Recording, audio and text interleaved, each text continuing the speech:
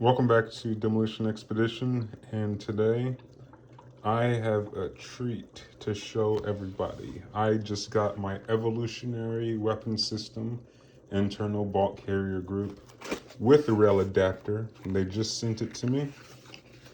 I just got it in the mail. I ordered this bad boy 1 year, 1 month ago. Evolutionary weapon system made in USA. These guys were back ordered for 2 whole years. And here is that bad boy. Oh yeah. This is what I was waiting on most of the time. Their rail adapters were back ordered. And this is the part you put on the end of your AR so the buffer doesn't fly out the back end. This is what replaces the buffer tube, essentially.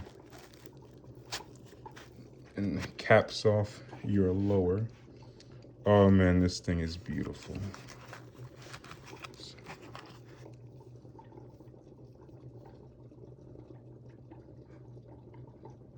This thing is beautiful.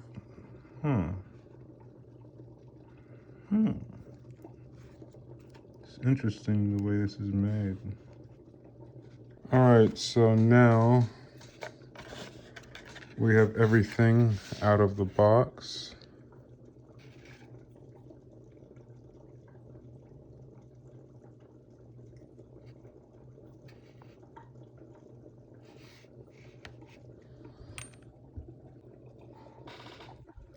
So something I learned that they send it to you like this, but these are 2 pieces.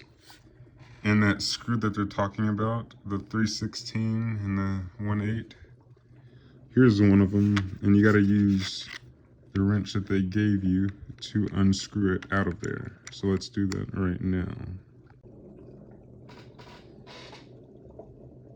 Alright, so we unscrewed the 316 right there, and the 1/8 inch looks like it's right there. So we have to unscrew those and then reinstall them in separate places. So they were both located. One was screwed in here, other one was screwed in here. We have to unscrew them and rescrew them here, is what it looks like it's telling us to do. So let's go ahead and do that. And then again, this is what it looks like. And that's just the rail adapter. These are the rest of the parts. Alright. So we're going to install the rail adapter onto the lower. And we're going to also install the rear takedown pin as well while we're installing the rail adapter. These are the instructions.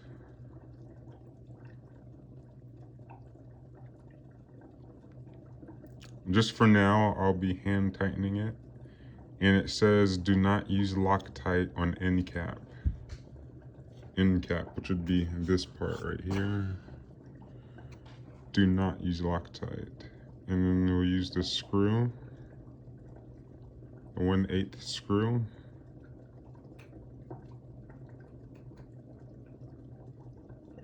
And install it just like this. Alright, now if we look at this part, which would be this one right here, the pivot pin would be on the right side of the lower, and the hole on this one's on the left, which means that the flat side's on the right, and it matches up like that. Which would hold, you know, your bottom takedown pin in. And then it goes like that, and then, as you can see, you install this here, which is what we're gonna do. But after I get in my takedown pin and springs.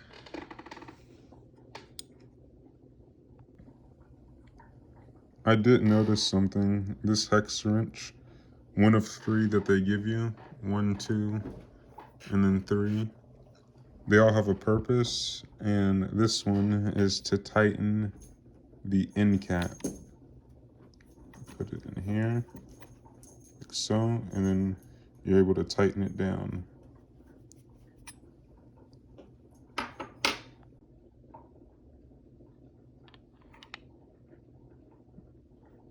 I'm going to install that, and then it says to put the screw in here. And then we'll install it like that. Alright, so I'm going to disassemble this part by taking out the pin. That's what it looks like.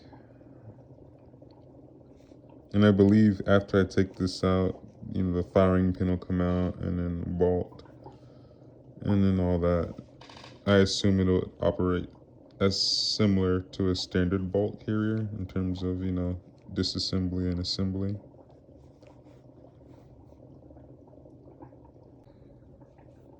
Alright, so I did notice that once you take the pin out, that's what holds the firing pin right here, and then it comes out like that once you take the pin out. So to reinstall it, you have to put the other piece back on, hold the firing pin in, and then reinsert the pin to install it correctly. So I mean, from the looks of it, there was just a little bit of grease in there that already came on it. But from the looks of it, this thing just sits in there. I'm talking about the spring and rods. Just sit on in there. That's what I was trying to see. Because this hole is big enough for the rod and springs to go into and come out. But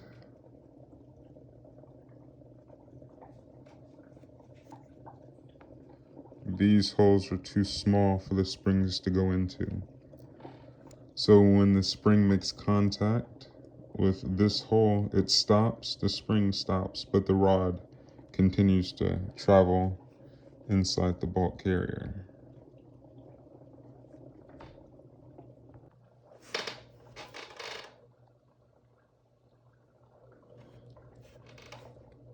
And I'll just show you a little bit. So